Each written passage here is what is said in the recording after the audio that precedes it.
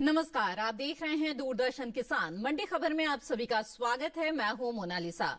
अगले आधे घंटे के दौरान हम आपको बताएंगे किस कृषि जिन्स के भाव में आई तेजी, किस में आई मंदी। इसके साथ ही जानेंगे आगे किस ओर जा सकता है बाजार। आज हम खास तौर से बात करेंगे तिलहन, लहसुन, केला, जौ और गन्ने की। इसके अलावा भी कई और कृषि जिन्सों के भाव आप मंडी खबर में जान सकेंगे। लेकिन सबसे पहले नजर डाल लेते हैं सुर्खियों पर।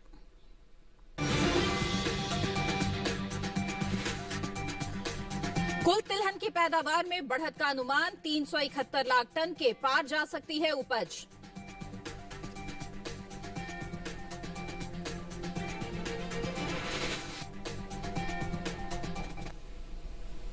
आइए बुलेटिन की शुरुआत करते हैं तिलहन से। देश में घरेलू स्तर पर कुल तिलहन की पैदावार में अच्छी बढ़त देखने को मिल सकती है। कृषि मंत्रालय की ओर से जारी दूसरे अग्रिम अनुमान के मुताबिक तिलहन की उपज 37 मिलियन टन के पार जा सकती है। इसका असर कृषि उपज मंडियों में तिलहनी फसलों के भाव पर पड़ सकता है। आइए देख लेते एक रिपोर्ट तिलहन के बाजार की स्थिति पर।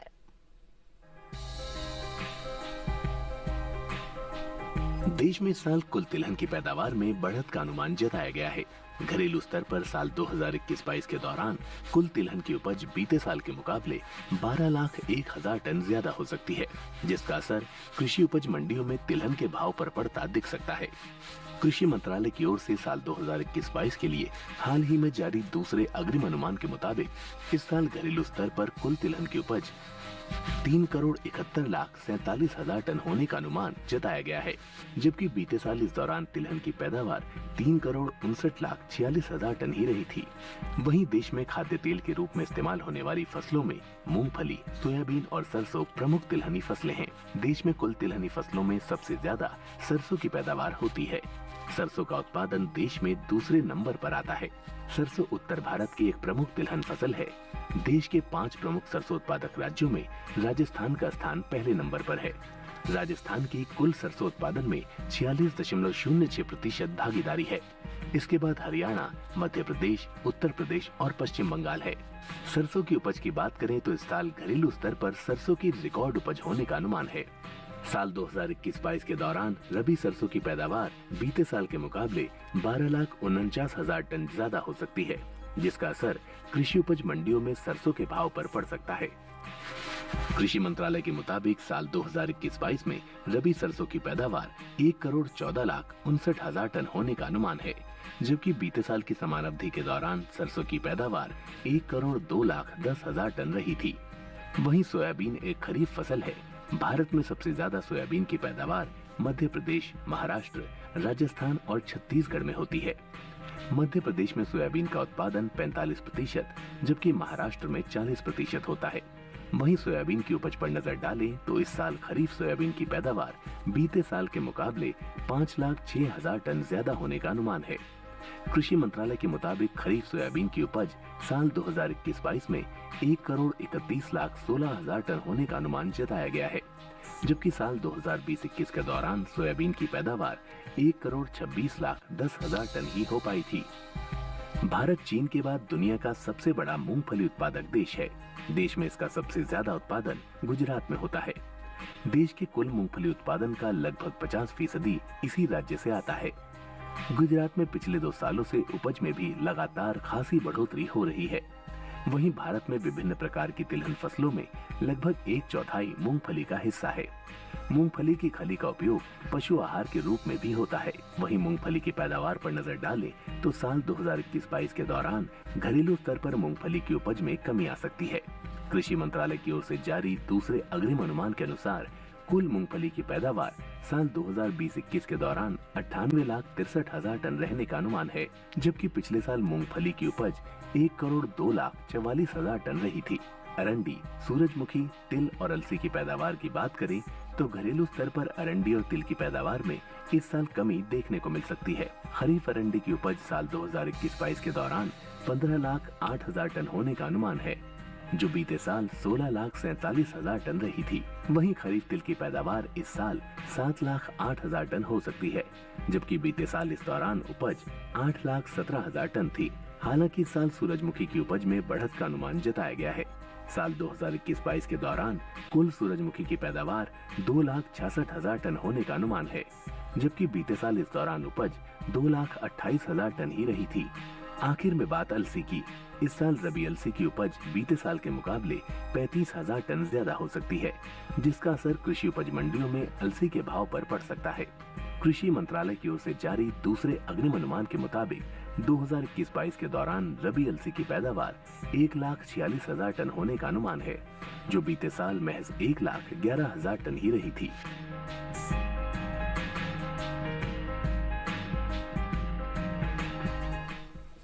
जी हाँ, तो आंकड़ों के लिहाज से ऐसा मालूम होता है कि जो कुल तिलहन की पैदावार है उसमें बढ़त आ सकती है, जिसमें खास तौर पे हिस्सेदारी रहेगी सरसों की और इसके साथ ही सोयाबीन की। लेकिन वहीं मूंगफली की जो स्थिति नजर आ रही है उसके अनुसार पैदावार में कमी का अनुमान है और इसी तरह से अच्छे पैदावार होने की जो वजह है, इसकी वजह से जो कृषि उपज मंडियां हैं उसमें तिलहन के भाव पर असर पड़ सकता है। बहरहाल आगे बढ़ते हैं और नजर डाल लेते हैं बाकी की सुर्खियों की तरफ।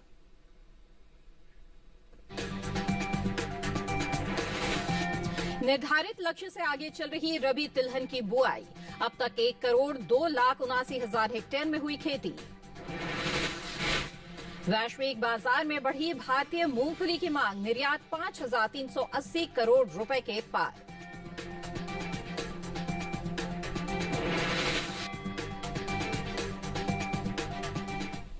आइए अब तिलहन की बुआई की स्थिति पर नजर डाल लेते हैं। सरकार की कोशिशों और इस साल बाजार में मिली अच्छी कीमतों की वजह से देश के किसानों का रुझान सरसों की खेती की तरफ बढ़ा है।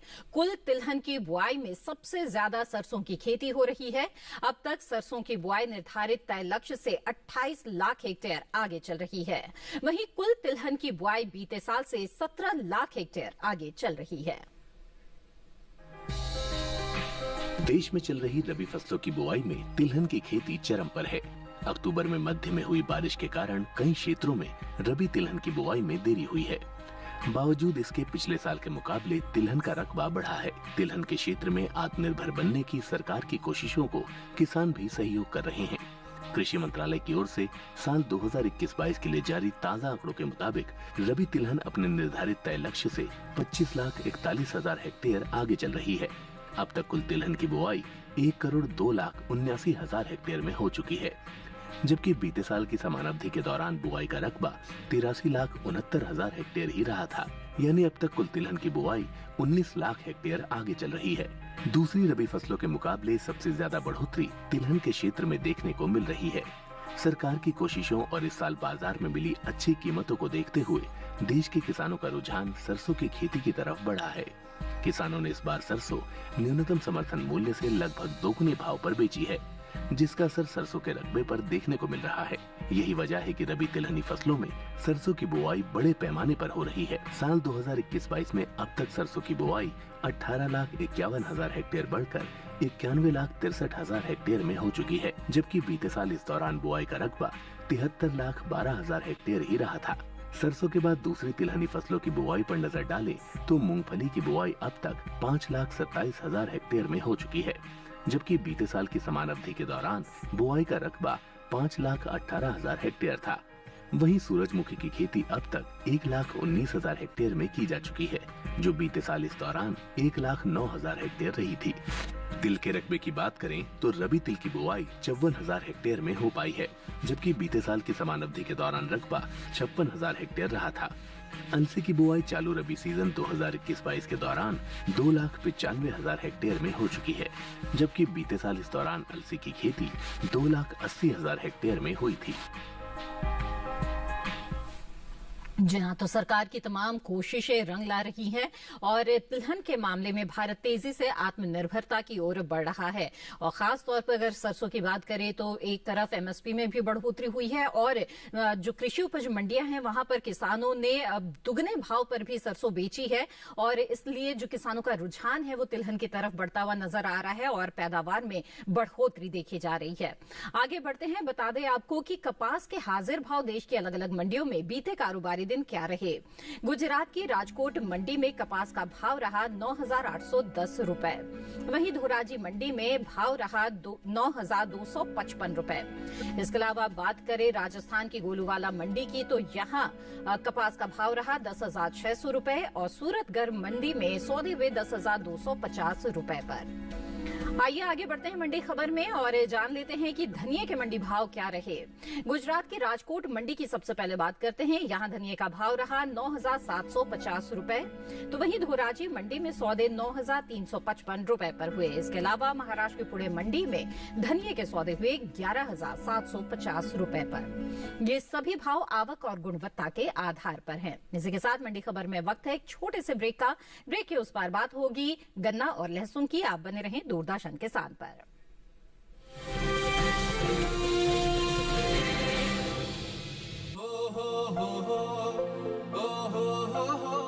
अब गांव गांव और खेत खेत की बात है कुछ निराली। फसल बीमा पॉलिसी से छाई है खुशहाली। द्वार द्वार और हाथ हाथ में सुरक्षा की सौगात। गर्व से बोल रहे हैं सभी किसान, मेरी पॉलिसी मेरे हाथ। आजादी के अमृत महोत्सव पर हम देश के किसानों को दे रहे हैं सुरक्षा की सौगात। प्रधानमंत्री फसल बीमा पॉलिसी अब आपके हाथ। और पॉलिसी को बीमित किसानों के द्वार तक पहुंचाने के लिए हमने फसल बीमा पॉलिसी वितरण कार्यक्रम का किया है शुभारंभ। देश भर के किसानों ने करीब 21,000 करोड़ रुपए ही प्रीमियम के तौर पर दिए, लेकिन उन्हें मुआवजे के तौर पर 1,00,000 करोड़ रुपए से ज्यादा मिले। जब खराब मौसम की हो मार, PMFBY दे आर्थिक सुरक्षा बार बार। प्रधानमंत्री फसल बीमा योजना, कृषि एवं किसान कल्याण मंत्रालय, भारत सरकार।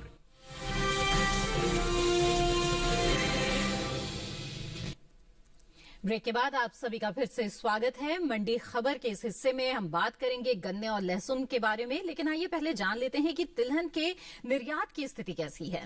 वैश्विक बाजार में भारतीय मूंगफली की मांग लगातार बढ़ रही है। इस साल मूंगफली के निर्यात में अच्छी बढ़त देखने को मिली है। वहीं अरंडी तेल के निर्यात की बात करें तो साल 2020-21 के दौरान अरंडी तेल का निर्यात बीते 2 साल के मुकाबले बढ़ा है। आइए नजर डाल लेते हैं एक रिपोर्ट पर। केंद्र सरकार की ओर से कृषि निर्यात नीति में किए गए बदलावों के चलते अंतर्राष्ट्रीय बाजार में भारत ने साल 2020-21 के दौरान अच्छा प्रदर्शन किया है। यही वजह है कि वैश्विक बाजार में भारतीय मूंगफली की मांग में लगातार इजाफा हुआ है। देश में इस साल मूंगफली के निर्यात में अच्छी बढ़त देखने को मिल रही है। बीते 3 सालों के मुकाबले मूंगफली का निर्यात 10% बढ़ा है। साल 2017-18 के दौरान देश से मूंगफली का निर्यात 3,386 करोड़ रुपए का हुआ है। वहीं साल 2018-19 के दौरान निर्यात 3,297 करोड़ रुपए का रहा था। हालांकि साल 2019-20 के दौरान मूंगफली के निर्यात में 1,799 करोड़ रुपए का जोरदार इजाफा हुआ और निर्यात 5,000 करोड़ रुपए के पार पहुंच गया। जबकि साल 2020-21 के दौरान मूंगफली का निर्यात 5,380 करोड़ रुपए के पार पहुंच गया है। वहीं अरंडी तेल के निर्यात पर नजर डालें तो बीते 2 साल के दौरान अरंडी तेल के निर्यात में खासी बढ़त देखने को मिली है। साल 2016-17 के दौरान अरंडी तेल का निर्यात 4,521 करोड़ रुपए का हुआ था। वहीं साल 2017-18 के दौरान अरंडी तेल के निर्यात में उछाल आया और निर्यात 6,730 करोड़ रुपए के पार जा पहुंचा। वहीं साल 2018-19 के दौरान निर्यात 6,170 करोड़ रुपए का हुआ। इसी तरह साल 2019-20 के दौरान अरंडी तेल का निर्यात 6,323 करोड़ रुपए के पार पहुंच गया, जबकि साल 2020-21 के दौरान अरंडी तेल के निर्यात में 478 करोड़ रुपए की बढ़ोतरी हुई और निर्यात 6,801 करोड़ रुपए के पार जा पहुंचा। वहीं खाद्य तेल के निर्यात की बात करें तो बीते 5 सालों के मुकाबले इस साल खाद्य तेल का निर्यात सबसे ज्यादा हुआ है। साल 2016-17 के दौरान खाद्य तेल का निर्यात 779 करोड़ रुपए का रहा था। वहीं साल 2017-18 के दौरान खाद्य तेल का निर्यात 566 करोड़ रुपए के पार जा पहुंचा। साल 2018-19 के दौरान निर्यात 744 करोड़ रुपए का हुआ। इसी तरह साल 2019-20 के दौरान खाद्य तेल का निर्यात 1,208 करोड़ रुपए के पार पहुंच गया, जबकि साल 2020-21 के दौरान खाद्य तेल के निर्यात में 3,245 करोड़ रुपए का जोरदार इजाफा हुआ और निर्यात 4,453 करोड़ रुपए के पार जा पहुंचा। जी हाँ, आगे बढ़ते हैं और बता दें आपको कि जीरे के हाजिर भाव देश की अलग अलग मंडियों में क्या दर्ज किए गए। गुजरात की ध्रोल मंडी का सबसे पहले रुख करते हैं। यहाँ जीरे का भाव रहा 15,050 रुपए। इसके अलावा सेमी मंडी की बात करें तो यहाँ पर जीरा 20,000 रुपए पर बिका, जबकि इसी राज्य की राजकोट मंडी में जीरे के सौदे इस दौरान 18,750 रुपए पर हुए। आइए अब आगे बढ़ते हैं। मंडी खबर में अब बात करते हैं लहसुन की। इस साल लहसुन की उपज में खासी बढ़त का अनुमान जताया जा रहा है। कृषि मंत्रालय के बागवानी फसलों के लिए जारी तीसरे आकलन के अनुसार लहसुन की पैदावार साल 2020-21 में 2,60,000 टन बढ़कर 31,85,000 टन हो सकती है, जबकि बीते साल की समान अवधि के दौरान उपज 29,25,000 टन रही थी। वहीं शनिवार को कृषि उपज मंडियों में लहसुन की आवक सामान्य रही। इसके हाजिर भाव की बात करें तो एग्मार्क नेट के अनुसार गुजरात की राजकोट मंडी में लहसुन का भाव रहा 1,750 रुपए। जम्मू कश्मीर की नरवाल मंडी में भाव रहा 4,500 रुपए। तो वहीं महाराष्ट्र की श्रीरामपुर मंडी में लहसुन 1,850 रुपए पर बिका, जबकि उत्तर प्रदेश की करवी मंडी में लहसुन के सौदे 4,800 रुपए पर हुए। आपको बता दें कि साल 2020-21 के दौरान देश से लहसुन का निर्यात बीते साल के मुकाबले घटा है। भारतीय मसाला बोर्ड की ओर से जारी ताजा आंकड़ों के अनुसार साल 2020-21 के दौरान लहसुन का कुल निर्यात 4,330 टन घटकर महज 17,950 टन का हो पाया है, जबकि बीते साल इस दौरान लहसुन का निर्यात 22,280 टन का हुआ था। जहां एक तरफ लहसुन की पैदावार में बढ़त का अनुमान जताया जा रहा है, वहीं निर्यात की स्थिति देखें तो निर्यात में बीते साल के मुकाबले कुछ कमी आई है और फिलहाल मंडियों में एक सामान्य आवक लहसुन की बनी हुई है। आगे बढ़ते हैं और बता दें आपको कि बाजरे के हाजिर भाव देश के अलग अलग मंडियों में बीते कारोबारी दिन क्या रहे। सबसे पहले बात करते हैं गुजरात की दाहोद मंडी की। यहाँ बाजरे का भाव रहा 1,850 रुपए प्रति क्विंटल। वहीं महाराष्ट्र की पुणे मंडी में सौदे हुए 3,100 रुपए पर। इसके अलावा राजस्थान की लालसोट मंडी का रुख करे तो यहाँ सौदे हुए 2,190 रुपए पर और उत्तर प्रदेश की अलीगंज मंडी में भाव रहा 1,510 रुपए। ये सभी भाव आवक गुणवत्ता के आधार पर हैं। आगे बढ़ते हैं, बात करते हैं गन्ने की। कृषि उपज मंडियों में शनिवार को गन्ने की आवक खासी सुस्त बनी हुई है। गिनी चुनी मंडियों में ही गन्ना बिकवाली के लिए पहुंचा। इसके हाजिर भाव की बात करें तो एग्मार्क नेट के अनुसार छत्तीसगढ़ की सूरजपुर मंडी में बीते 2 दिनों के दौरान गन्ने के भाव स्थिर रहे। यहाँ 11 और 12 मार्च को गन्ना 295 रुपए पर बिका। आपको बता दें कि घरेलू स्तर पर इस साल गन्ने की रिकॉर्ड पैदावार होने का अनुमान है।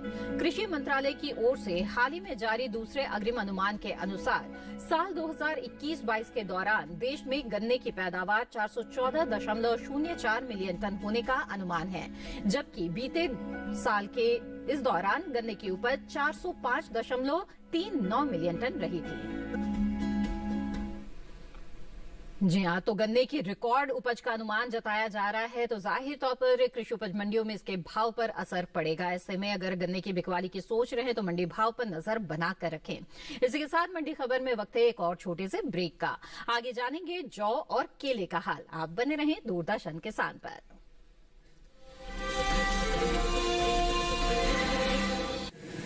माँ कब आएगा? अभी आएगा। अरे बोलो ना माँ कब आएगा? बोला ना अभी आ जाएगा। ये ले आ गया कुआं। अरे कुआं नहीं माँ, हमारे घर नल से जल कब आएगा? नल से जल? अरे गुड्डी, बहुत जल्दी आएगा पानी। जल जीवन मिशन आ चुका है। हम 1 कदम उठाएंगे तो सरकार 10 कदम उठाएगी। सच? तुम्हारे मुंह में घी शक्कर। घी शक्कर नहीं माँ, स्वच्छ जल। 2024 तक देश के सभी 19 करोड़ घरों में पहुंचेगा पीने का साफ पानी। अब होगा हर घर जल। जल जीवन मिशन, जल शक्ति मंत्रालय, भारत सरकार।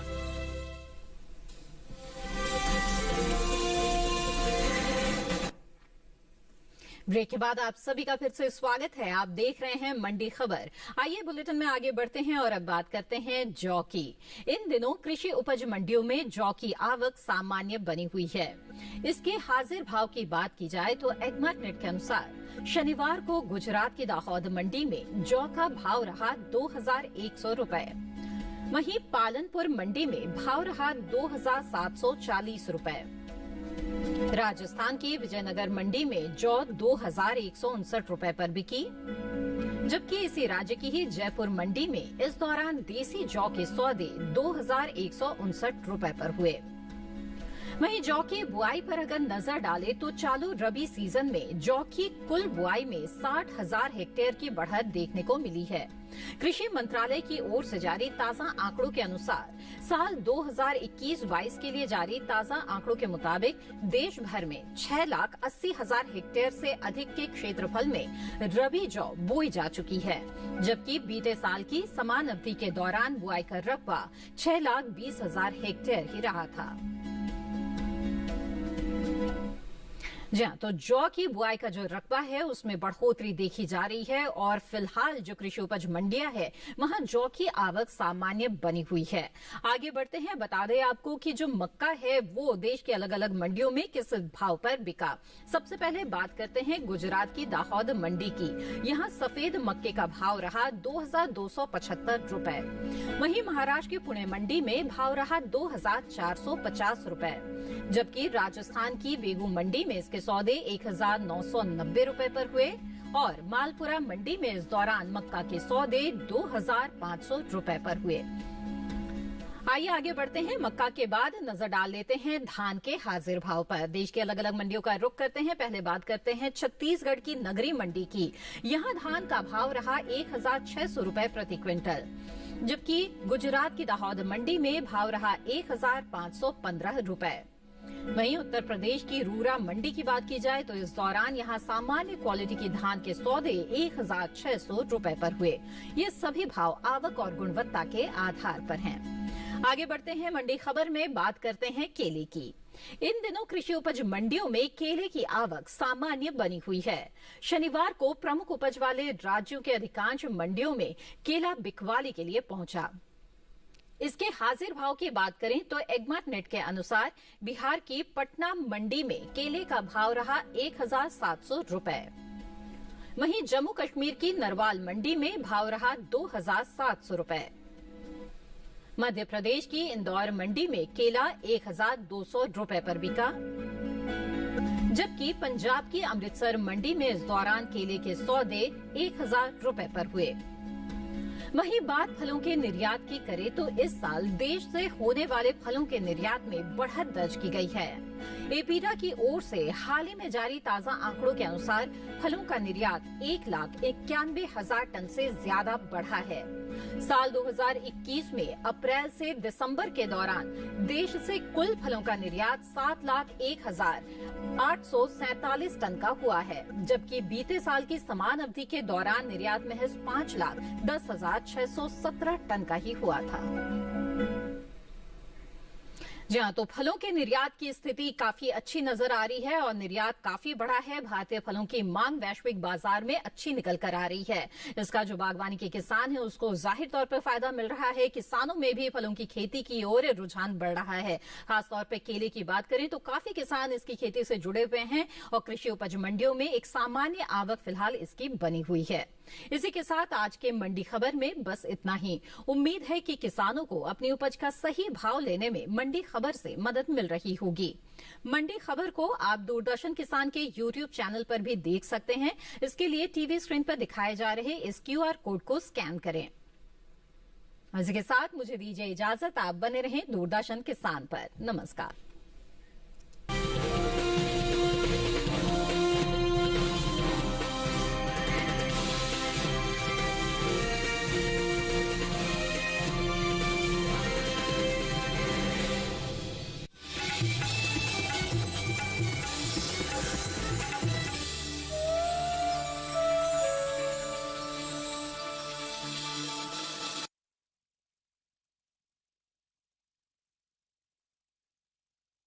उन्नत तकनीक हो या हो नवाचार, आधुनिक पशुपालन हो या दूध की बहती धार, बात सफल किसानों की या नए कृषि व्यवहार, 5 दशक का साथी, 5 दशक का अपनापन।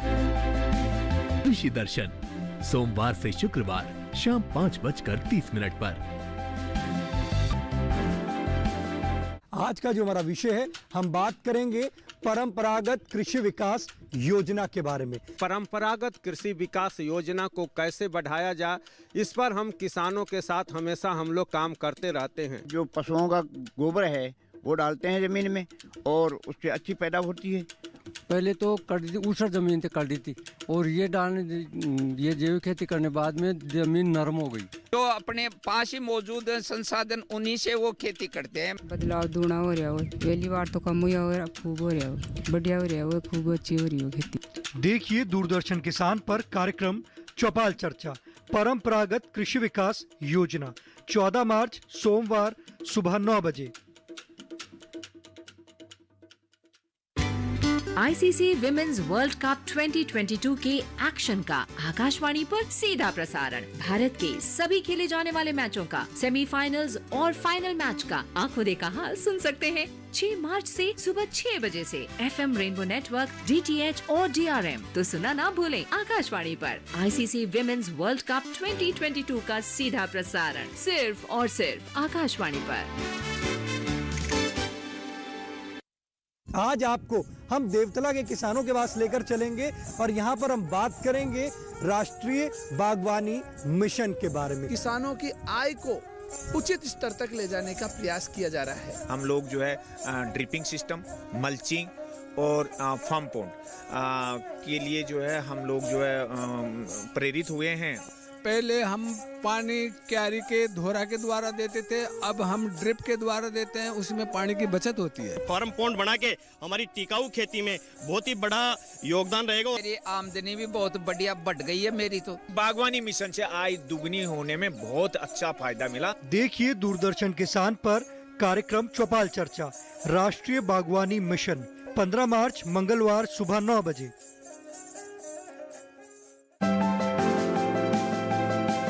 खेती की उन्नत तकनीक हो या हो नवाचार, आधुनिक पशुपालन हो या दूध की बहती धार, बात सफल किसानों की या नए कृषि व्यवहार, 5 दशक का साथी, 5 दशक का अपनापन। कृषि दर्शन सोमवार से शुक्रवार शाम 5:30 पर।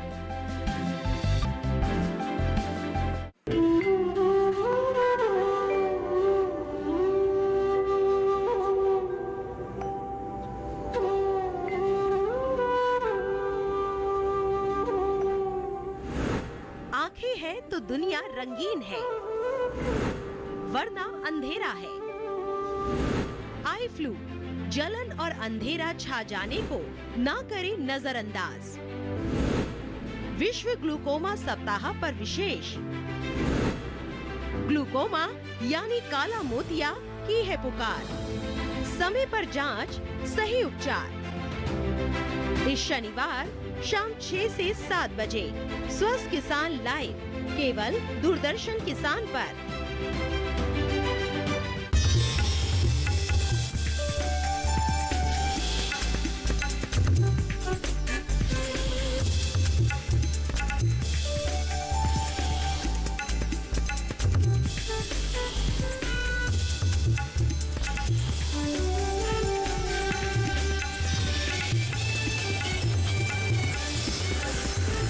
टीवी किसान, बदलते भारत की शान।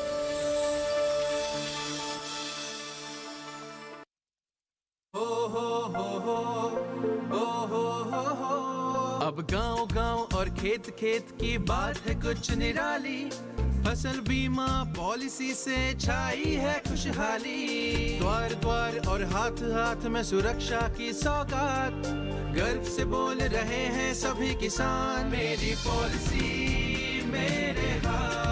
आजादी के अमृत महोत्सव पर हम देश के किसानों को दे रहे हैं सुरक्षा की सौगात। प्रधानमंत्री फसल बीमा पॉलिसी अब आपके हाथ, और पॉलिसी को बीमित किसानों के द्वार तक पहुंचाने के लिए हमने फसल बीमा पॉलिसी वितरण कार्यक्रम का किया है शुभारंभ।